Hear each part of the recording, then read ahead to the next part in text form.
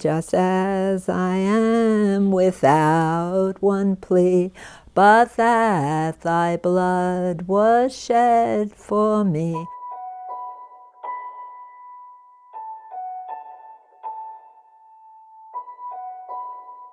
Okay, this is my son, Andy. I always called him my joy baby because he always was so happy, and he was like a peacemaker. If the two older ones would argue or fight, he was like the one in between that was calm and brought joy into our family life. Greg was a child that I prayed for, and I remember it was my birthday in September, and I asked to have a child, and 9 months later, Greg was born, and he was an answer to prayer. My name is Audrey Swenson, and I was asked to share my testimony when you experience the loss of a child, and in my case, 2 children, and how do you go through with that? What do you do? How do you get through the most difficult times in your life? Well, I have to start at what was happening in our lives at that time. In the summer of 1983, we were going to go on vacation. Andy said, "Mom, please, we were invited to go with our friends up to the Catskills. The mother and father are going to be there." So I'm saying, "Oh, I really wish you'd come on vacation with us." But he said, "I really would like to go and be with my friends this week." And he's 17. I feel like you got to let go sometimes. So I said, "Okay." They're not kids that were drinkers or anything, and so I knew that they were pretty secure and good. Well, Saturday morning we got up early, bright and early, and we packed up the car and off we went up. We were going to Vermont, and we were going to spend our vacation up there. The next morning, my husband got up early. We didn't have cell phones then, and he says, "I'll go call the kids and see how they're doing and what's happening." So he had to find a payphone, and that's what he did. Well, he came back, and he was sort of serious, and he said, "I want everyone just to sit down." And I said, "Oh, that's strange. I thought we were going to get ready to go swimming and do things." But he said, "No, I just want you all to sit down." And he began to tell us, he said, "I just heard the news that Andy was killed in an automobile accident." And we said, "What? It can't be true. I just talked to him yesterday. How could that be? It can't be that way." So he said, "We have to go home. We have to go home." And so he prayed. We prayed and asked God to give us mercies going home, because it was starting to hit. It can't be, but it was. My son was killed in an automobile accident. We don't know how, we don't know what happened, we don't know how the other kids fared through the whole thing, but that's what we had to do.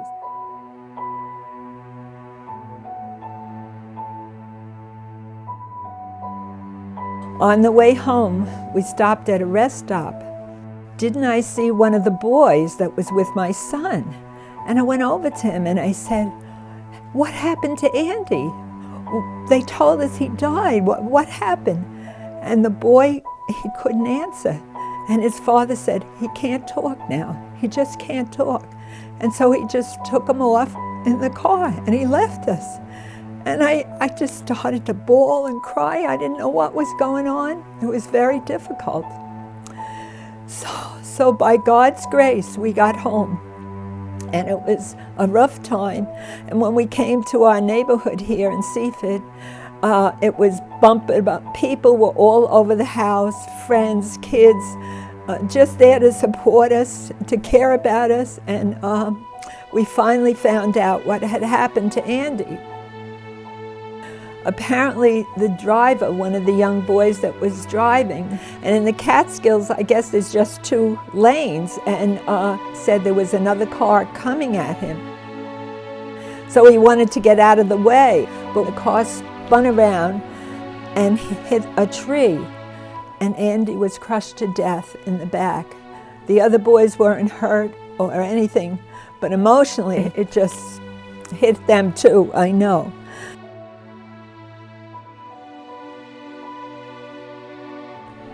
So then there was a funeral, and the last day of the burial, I remember crying out to the Lord saying, "Where is Andy?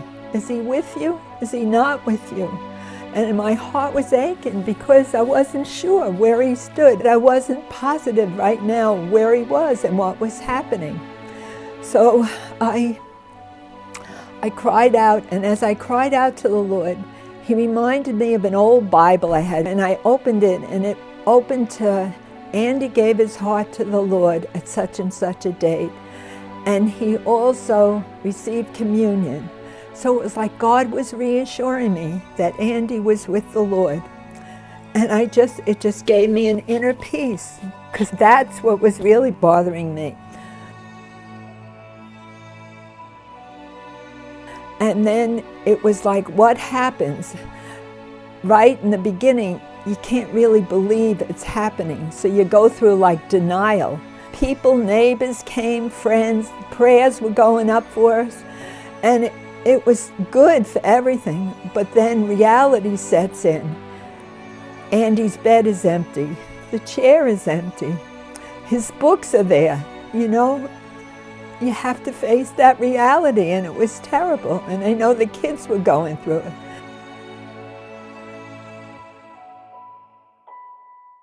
Little by little, you get through. You get through because you got to keep going. I had to keep going. I couldn't stop. I had to take care of the younger children and minister to them and do what I could do. Now, years later, our oldest son, GREGG, it was hard for him to connect because I guess the children were very much into sports and he just wasn't into those things. He loved music. He could play the piano. He loved to sing. He was joyful. He was happy. Then he chose a lifestyle that was the homosexual lifestyle. And he got sicker and sicker. He got AIDS. And I said, "GREGG, what are you doing?" And he said, "Ma, had I known, I would have never chosen this lifestyle.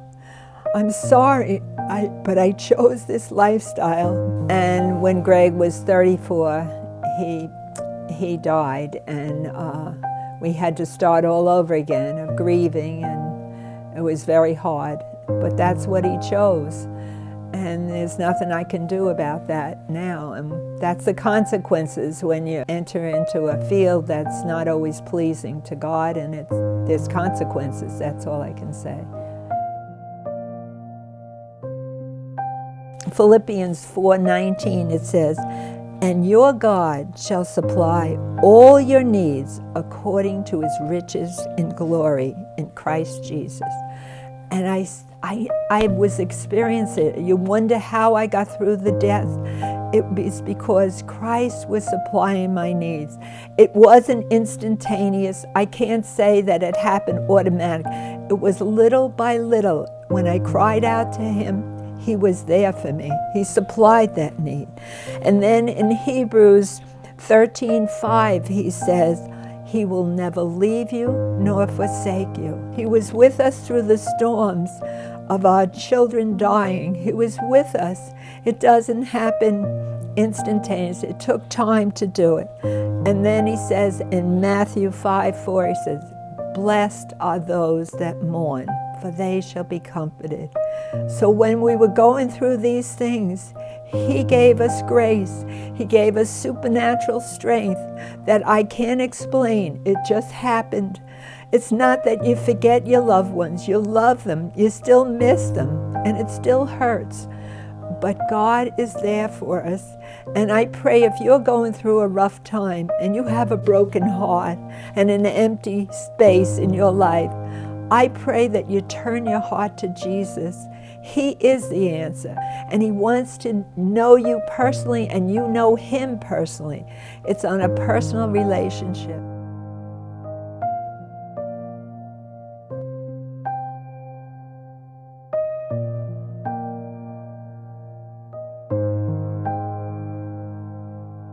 Whatever you're going through right now, you may have a child that's maybe on drugs or into the homosexual lifestyle, and they're really addicted and they can't get out of it, and you're struggling with it also. And my answer to you again and again, it's Jesus is the answer. He'll help you get through these things. He says in His Word that He's always with us. He never leaves us. He's the comforter when they go. It hurts. It's painful. It's very difficult. But God gets us through these things. That's all I can say is turn to Jesus. He's your answer. Give your heart over to Jesus.